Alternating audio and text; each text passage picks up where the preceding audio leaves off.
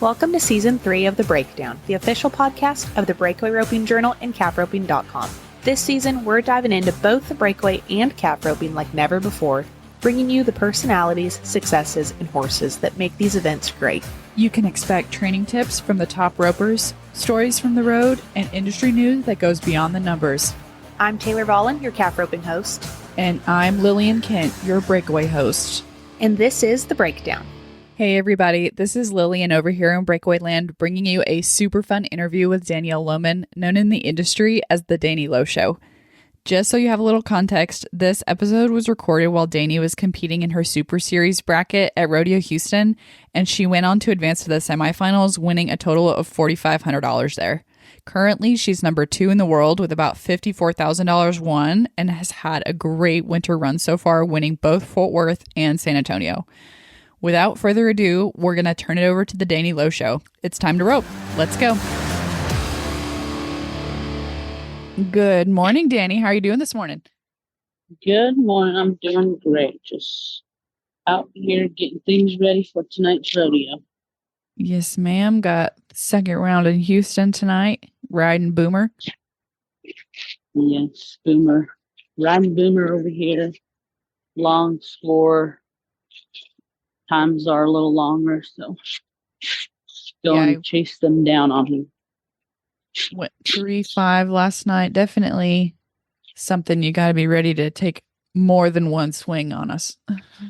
Yeah, more than one swing. Hardest thing to do in my life, I tell you. Awesome. So we'll dive right in, kind of throw it back to the beginning of Danielle Lowman. Now, remind me your hometown. I think it says Gilbert, Arizona, right?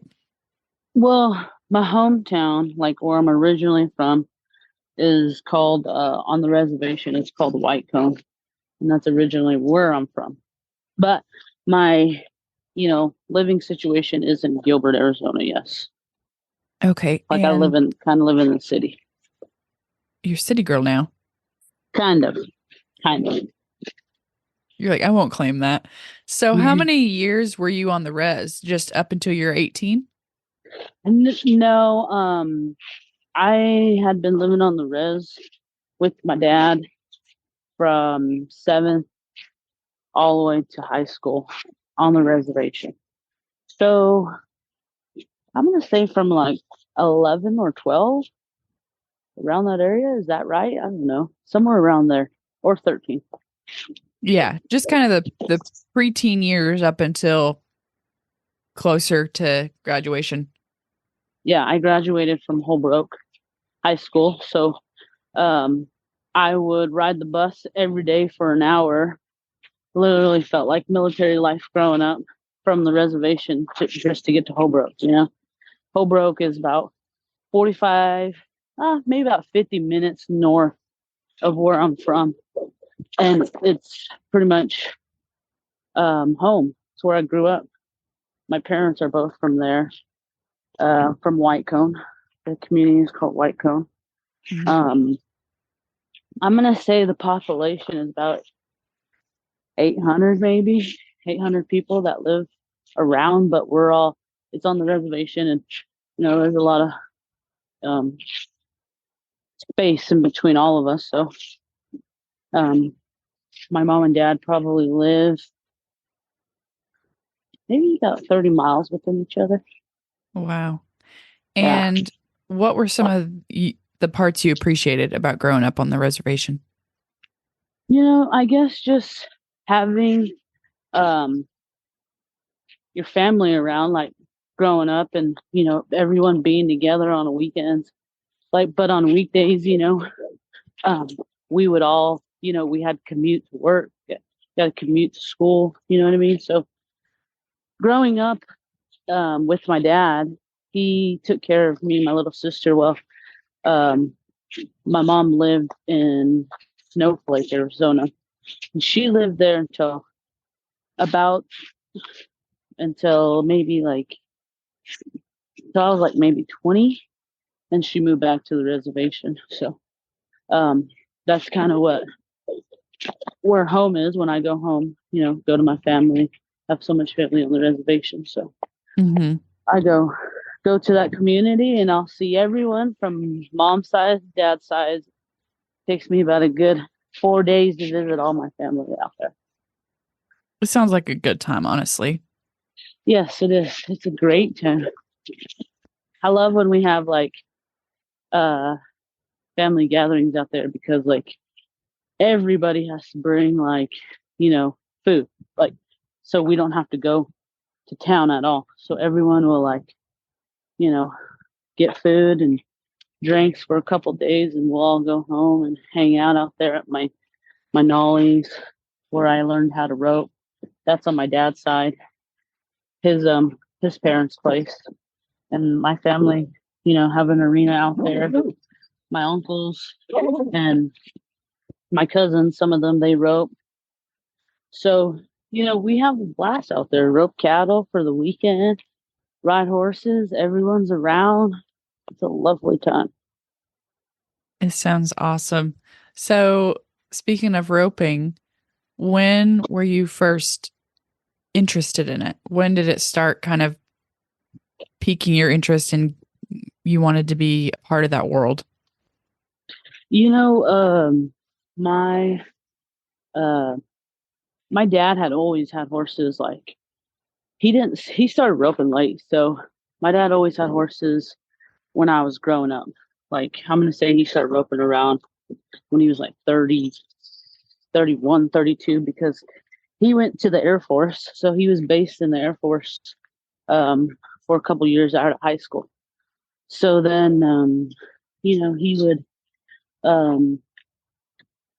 be around roping a little bit at home after he got home from the Air Force. And he would always have horses. Like it was just his thing, I guess, when he got home. He wanted to be a cowboy. And after that, I was born.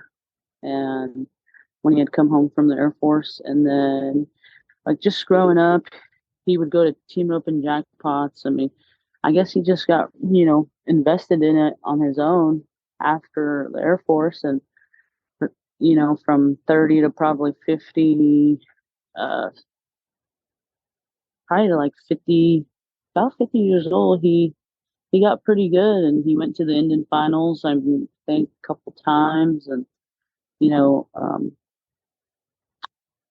and then when I started to, get older, he would just put me on his horses and let me ride them. So he always had me riding a horse from when I was a little kid, like had me riding horses around. And then until I got to about 13, 14, he had gotten sick and got cancer, colon cancer. So then, he would go to the hospital a lot and he had me riding horses all the way till then. And then actually my uncle, since all my cousins drove, like, we all did junior rodeos and whatnot, but I don't really honestly remember. Like, I'm pretty sure he would put me in it, but not push me like to rope. You know what I mean? Like, he wouldn't push me to rope. He'd just put me in the barrels. Like, he had more fun being a barrel racing coach than anything else, I believe. Should have been a barrel racing coach for somebody. Yeah, he should have. But then after a while, he was going to chemo and stuff, and I would spend the weekends with my uncles and my cousins that rope. And I started to head a lot, and that's what I started. Like everyone got me on the best head horse they had, my uncles, and we'd go jackpotting, and I would head for them, and they'd put me in the lower number ropings. And after a while, he would see, like, he'd come outside and hang out with us a little bit, and he would see me roping, and then all of a sudden he's like, "All right, well, you're gonna take this serious. Let's get you a healing dummy and make you, heal some steers too. Like you can do both sides. Like it's not that hard." So after that, he really picked up in it and started helping me with my roping drills. And my uncle too, we'd always rope the dummy. Like it's kind of funny because like when I was in high school, I'd get home until like 7 o'clock at night from school because he always put me in sports. So he had me in sports playing, and with that commute, like that's 50 minutes onto our time of driving. So we'd go to practice, get home, And I'd rope the dummy for like 30 minutes every night before I went to bed. And he would sit outside in the dark with me, and we'd just kind of hang out and rope the dummy, just that was our thing, like just talk about our day. And he would, listen to me. And my little sister lived with us at the time at his parents' place right there. Like they had a house next door. So, it was good to live on the reservation with him. And it was so quiet. I remember growing up, it was quiet. It was just always me and him roping the dummy. And that's kind of how, I would spend a lot of time dummy roping when I really got invested to it. And then he took me to a couple rodeos, like junior rodeos on the reservation growing up. Not a lot. Like I don't think I did it a lot. Like it was just a summer thing. Like that's all we did summertime. So that's when I would enter. But when I was in school, it was all school and sports. And then, you know, the older I got, he would kind of let me run around with my friends, and we'd go jackpotting, team roping. And I remember, you know, about 14 or 15, I won my first jackpot ever with Matt Sherwood, I believe. And man, I was young. That was like one of my first big jackpot team roping wins. I remember that. And, um, since then, like I would keep going, just, go to jackpots and hang out. And then when I got into college, after I lost my dad my senior year, and I got to college, and I was team roping, of course, on a scholarship out there at Danielle College on the reservation. And my coach, she got me because, I was a team roper and stuff. And, by then Breakaway was in college. And I remember my dad always telling me, like, you should Breakaway, you should Breakaway. And I was like, no, no, I don't want to do it. I don't want to do it. It was just too fast for me then. I wasn't good. I didn't have the confidence of handling the rope so good because I was just a rider, just you used to go around through barrels, go between the poles. I wasn't like, I mean, I didn't have that much confidence in my team roping or, my roping that much. I was going to say that it sounds like roping is a really meaningful way for you to connect with your dad and connect with his memory. Yeah, like I think that's the one thing about it. And then when I had lost him my senior year when I was 18, we lost him to cancer that year. And I took a break. I didn't want to rope. I quit everything like sports and stuff. Like he wanted me to go to the Air Force, like literally had me signed up to go to the Air Force when I was going to graduate, and I didn't want to do that. So I didn't go, and I just ended up going to college and, finding myself slowly. Like that's kind of how it all started. And that's when I, started staying with my grandparents in the Valley in Gilbert. And then, they kind of helped me, come back to rodeo and, push me to go rope and stuff like that again. And for a minute there, I didn't even want to rope at all for a whole year. I turned my horses out. My uncle took care of them for me. I was in college. And one day I finally found the itch again because of my cousins. They were roping, and my grandparents were with them too. And Ron and Frida Alex and Gilbert. And like, man, that's when I got motivated and, just having a good team again, like having the support that I needed to have when, things weren't going so well. They picked me back up and, started to push me for my dreams, being a roper and trying to be the best that I can be. And, the the support and the belief that they had in me and my family, it finally struck me again to go pursue those dreams. And from 2013 all the way to like 2016, I was Indian rodeoing too. Like when I got into college and started breakaway rope, my coach, wanted me to enter breakaway roping, and she helped me, try to she would make me mount up at the college rodeos just so I could breakaway rope. So it was nice, to mount up on those rodeos and, find a way to breakaway rope, and then I had a heel horse, but she didn't know breakaway at the time. Like I didn't know how to train one. I didn't know nothing about breakaway. Just it was just like a thing that I went and started slowly in about 2012, 2013. That's when I started breakaway roping. After that, it was nonstop. And as far as the team roping goes, were you more partial to the head or the heel side? When I started, like, I would always heel a lot. Like when I'd go places like the BFI, the Wildfire, those are the things that my dad would want. He always sent me to those ropings. Like, I think I remember coming to the Wildfire when I was like maybe 17 one year, and he would send me with Debbie Robbins. She's a cousin sister of mine, and she's like a probably 4-time WPRA world champion roper back in the day, and then he would send me with her, and she knew how to rope. She knew how to team rope and stuff. So she would take me to those team ropings, and I'd enter with her, and that's kind of how he would send me off. With a good coach and someone who didn't, who knew, where to go and what to do. Mm-hmm. And I think Yeah. we're about to start releasing those old wildfires on roping.com, so we can all relive the olden days of the wildfire team ropings.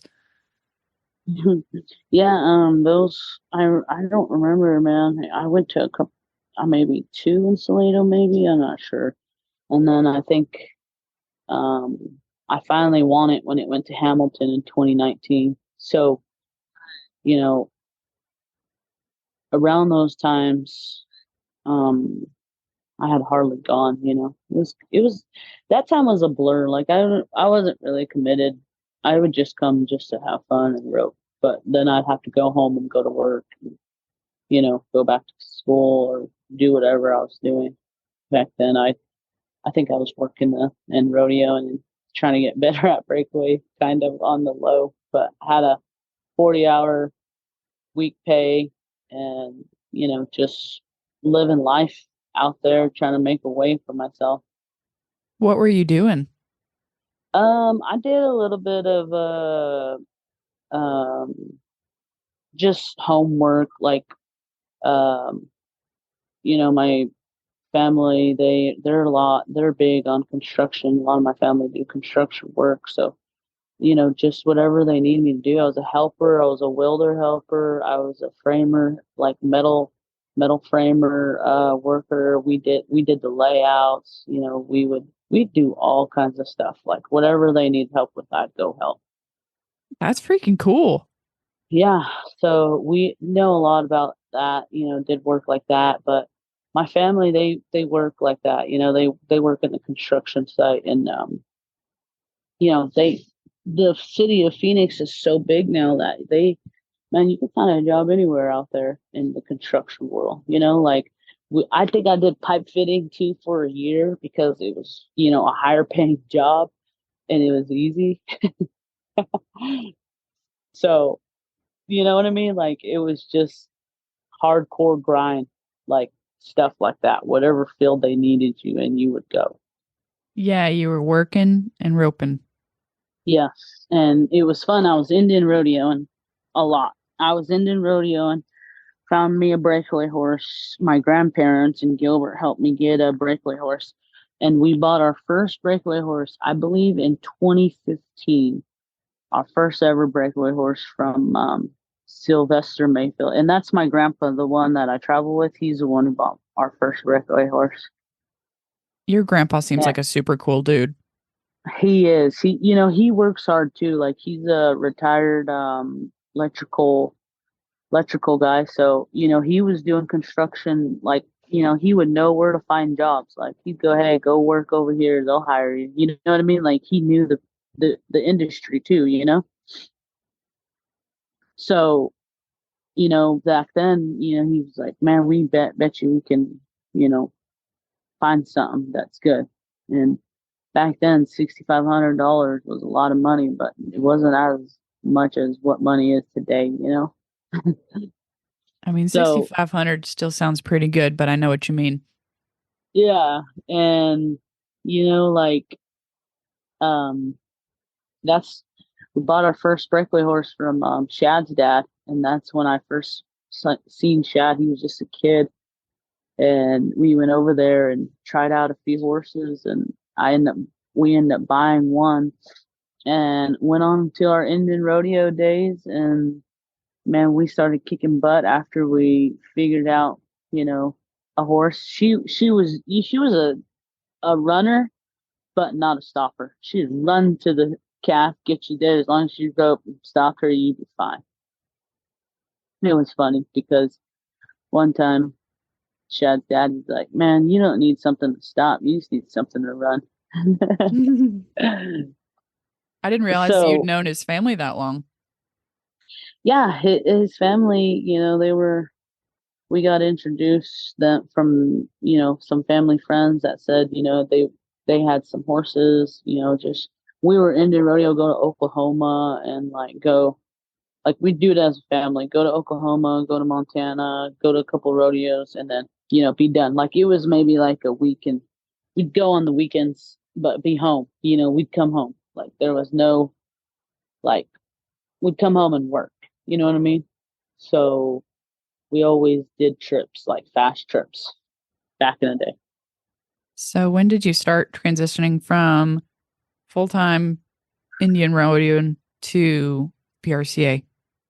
I'm gonna say in 2019 is when I had won the BFI that year. Um, in 2019 with Debbie Robbins, and the BFI was in Reno. Um, by then, I was getting better at team roping. And then I think in 2019, I was traveling with Macy Young, and she was coming out here for some rodeos, and we had got together. And she said, we could rope if I could go with her, so I went with her, and we come out here for the wildfire, and I ended up winning the wildfire that year, and she had roped at Fort Worth. That was the first year Breakaway roping at Fort Worth.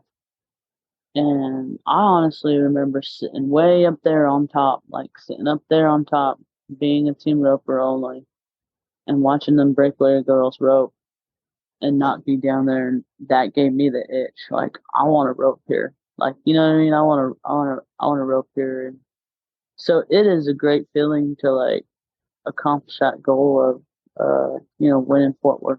That's, that's something that, I can remember sitting way the hell up there in the bleachers. I didn't realize that was such a full circle win for you. I know, right? It's crazy. So that would have been 5 years from 2019 to 2024. Yes, ma'am. That's insane. Can you tell us a little bit from your perspective about how the sport of breakaway has changed in these last few years? Oh gosh, it has changed so much. Like the if I can remember right, I remember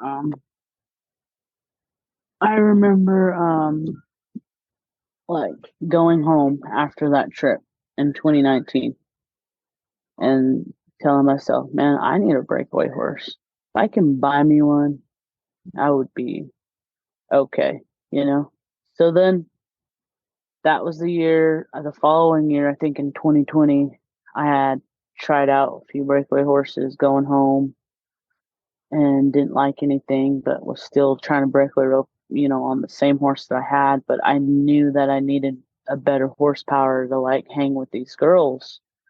So that's when I started to look for one. It took me about a year. And then in 2021, I had bought my first breakaway horse that I thought that I was going to be okay if I bought this horse. I was going to be able to, try it out. So when I had bought that horse, she had gave me the confidence and I started to win more. And, from then it has been a building stage. Every year this breakaway roping has gone to another level within the last 3 to 4 years that I've been competing like professionally. You know what I mean? So every year, like, man, you got kids coming up Like just a minute ago, I was playing basketball with Braylee Shepherd. Like she's only 19 years old, and as good as she ropes, as the horsepower she's on, like man, it it's a game changer when it comes to you being right there in the middle and having playing basketball with Braylee Shepherd and knowing how talented she is. You know what I mean? So Yeah. You're like, I got to it keep on my has, game if I'm going to keep yes, winning. yeah, that's the thing is it's believing in yourself and just looking for opportunity. And there's so much opportunity out there, there's a bunch of opportunity. Every day you go out trying to figure out this breakaway life of, competitiveness that the girls have. Like it's a it's a tough world out there. And I absolutely love what you said when I talked to you about winning San Antonio, talking about watching Derek rope, always watching the team roping. And then talked to Derek, and he came back and said that to go from being the inspired cowboy to the one inspiring the next generation is kind of uncomfortable, but it's important. Yeah, and that's the thing. Yeah, that's something that we're on that platform of trying to inspire the next generation, and that's what I mean. Like hanging out with Braylee and you know just listening to what mentality she has and the next mentality that the next people are going to have. Like Sarah Angeloni, she's right in the middle of me and Braylee, and she is freaking phenomenal. You know what I mean? Like those we're all on different stages, but there is a freaking cutthroat roper in each division. I know, and I love the horse training side of Sarah. She's a rank roper in the rodeos, but to me, I just love what a horseman she is. Yes, the horse woman she is, man. She's like a horse whisperer with them. So, you know what I mean? Like just to have that horsepower that she has and the way she makes them work, man, I mean, I get to sit there all day and watch her work them. And I tell you the truth, it's the best thing you ever see is when she goes and freaking runs one down, standing there rock solid and just gets the slide out of them. That stuff is gorgeous. Yeah. you know? And the horsepower, the fastness of it, like it's a growing industry. Like I'm telling you, those horses, she has the horse on every level from fast to whatever you want. Like, man, she can make them work. Hmm. Yeah, it's really That's, fun. I'm looking forward to our shoot together here in about 2 weeks. yeah, it'll be exciting. Tell me Shut. about it. Give a little plug for Danny and Sarah content coming to roping.com. Hey guys, I just had to take a moment and tell you about today's episode sponsor, Purina Animal Nutrition. Level up your horse's performance this season with choices from Purina Animal Nutrition. From Purina Ultium Competition Formula to Purina Impact Pro Performance and everything in between, Purina has the right option for your horse, including supplements like Purina Super Sport Amino Acid Supplement, Purina Amplify High Fat Supplement, and Purina Outlast Gastric Support Supplement. There are so many choices for optimal nutrition when you choose Purina, all backed by science. Level up your performance this season and put Purina's research to the test. Ask for Purina at your local feed retailer today. And now, it's back to the episode.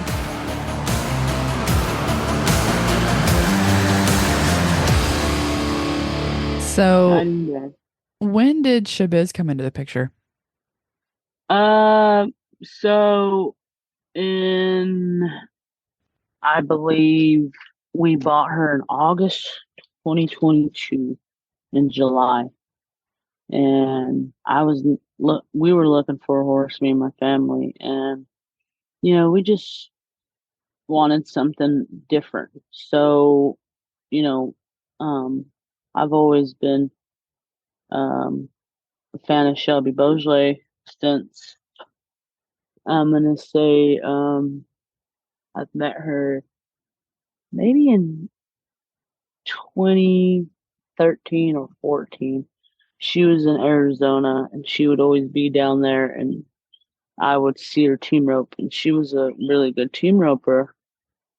So I knew Shelby just from going to those team roping jackpots in Arizona and would see her around. And so I followed her on Instagram and she would post, horses and, just say she was living in Texas and had a bunch of horses, for sale the majority of the time. And I think it was in 2012 when we really started to go. Um, she had posted a horse that she needed to get rid of before summer, but it didn't sell. So I waited until like maybe after summer, August, around that area. And, I think that was the first year that they were having breakaway roping in Texas. That one year, what year was that they were having breakaway the first year in Texas? I feel like it really started coming on in 2021 because Fort Worth was in 2019. They had the NFR in Texas in 2020. So it must have been somewhere else then. I can't remember. Well, maybe it was in 2021 is when I purchased her. Yeah. I think in 2021 is the year I purchased her. I think it was then. I'm not sure. But so Shelby posted that horse and we end up buying Shabiz from her in I August. did not remember that. Yeah. So we bought her, my family and I, from Shelby. And I'm going to say she was the fastest horse and the prettiest horse I have ever been on. And she just had a messed up mind. Like her mind was going 100 miles an hour. So we couldn't, break away on her for a minute because I didn't know how. Honestly, I still don't know how to make a horse stop because I struggle with that. That's my weakness. It's probably the reason why I'm stuck with Sarah, so she could teach me how to make a horse stop. That's the one A thing I want to mutually learn. beneficial relationship. Yeah, because I don't know how to make a horse stop. I'm being honest. I just let that horse stop however it wants. But Shabazz was like that. I didn't know how to make her stop, so she would run away with me all the time until I figured out how to make her stop the way I wanted. And now, we have a better relationship. We went to turn her into a team roping horse at first. My cousins, they team rope a lot during the winter time just because there's a lot of team ropings down there now. So they spend a majority of the time team roping and they would come over and, we'd all go to jackpots together. Um, Chantel and Cameron, we'd always go to jackpots. And Cameron's an 8. My cousin Cameron, he's an 8+ yearler. So he would heel a bunch of steers on Shabiz just to get her to be calm. And I Indian rodeo with my family. Cameron and Chantel, Sin and Jenny, we all go to Indian rodeos together. So I would let him heel on her, and that I still had little Mo, my buckskin, my first one that I bought from the Wingert Ranch. That was my first breakaway horse that gave me confidence, to try the professional side of it. But then we bought Shabiz, and we started to retrain her, make her the way we wanted her. She come to, I think I seasoned her in 2022 to 2023. I took her on the road and tried to ride her, but I still had Little Mo. So I was using Little Mo too, and I was using Shabiz as a backup.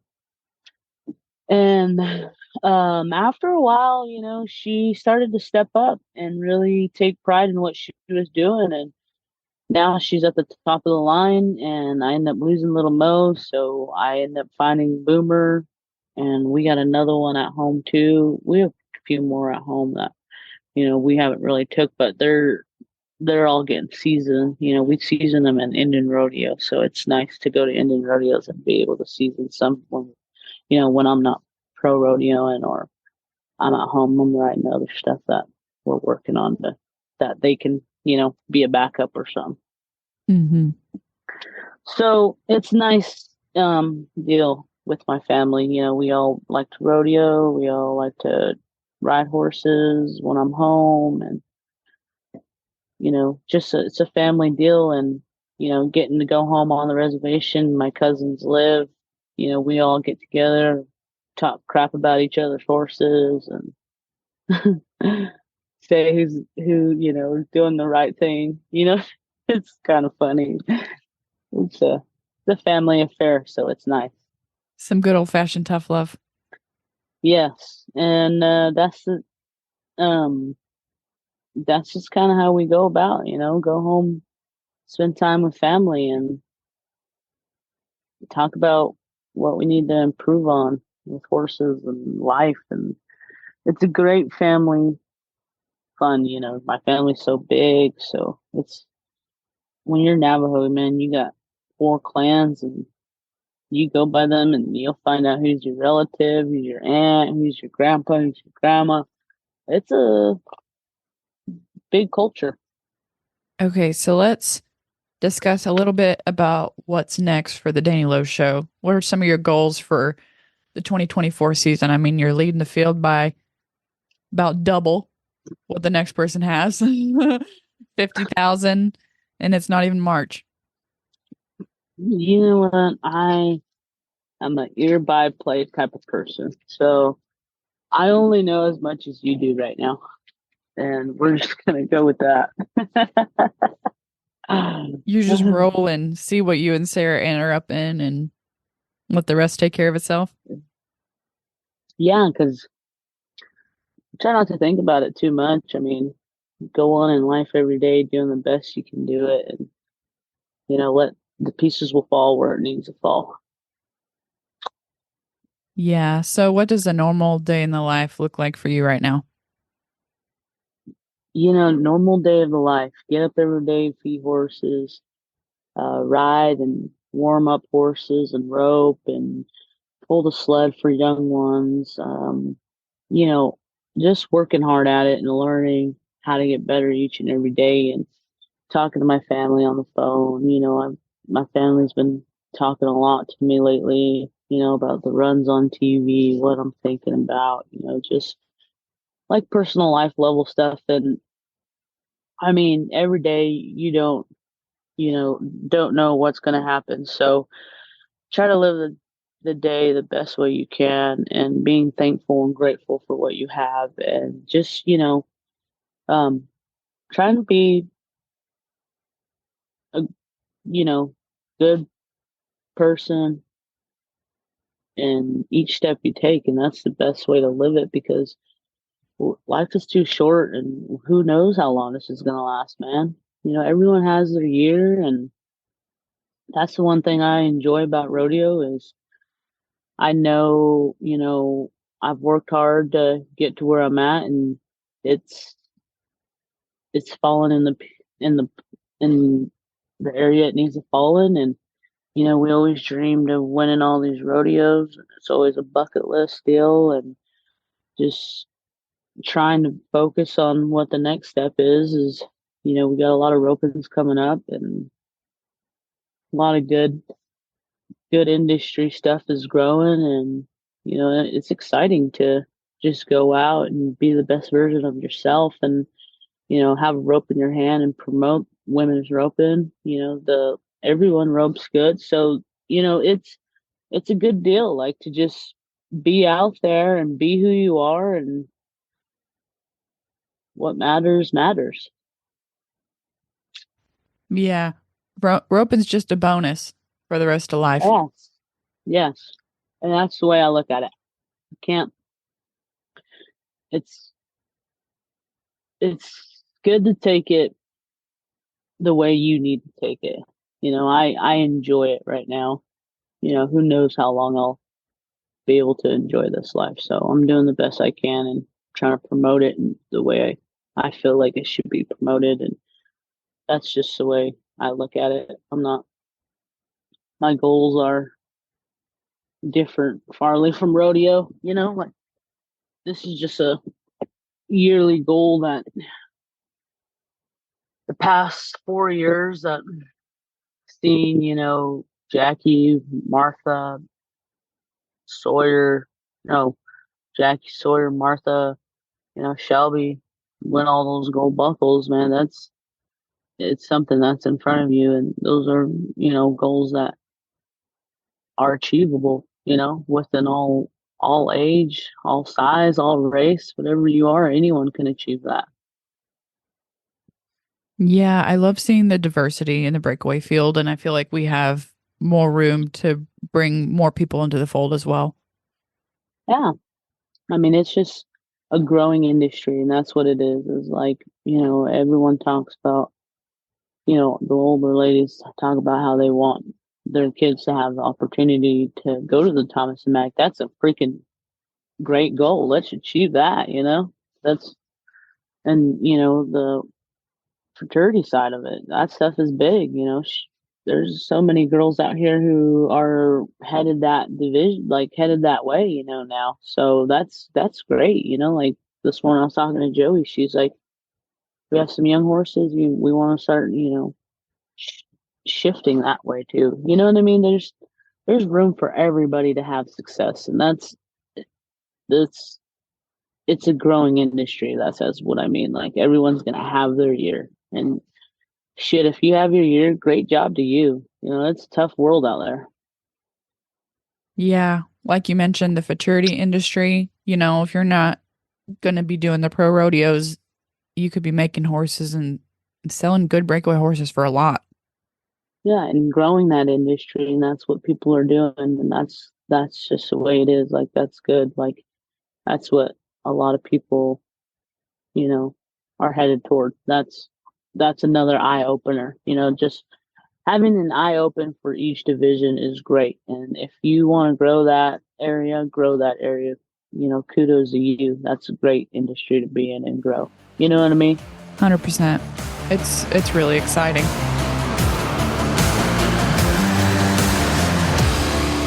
Well, guys, we started with Danny's life story and ended with philosophy. I think it's such a great reminder, though, that rodeo is such a gift. We get zeroed in on how you did at one rodeo and what the next one is without taking a moment and realizing what a privilege it is to get to rope and ride for a living. I mean, it's really hard for sure, but like there are people out there with jobs and hobbies they're not passionate about. And like Danny said, we don't know how long we're going to be here, so we need to enjoy life now. Looking ahead on the breakdown next week, you'll have a tie-down episode with my co-host Taylor Vollen, and then I'll be back with more breakaway content. Until then, stay safe, and thanks for listening to The Breakdown.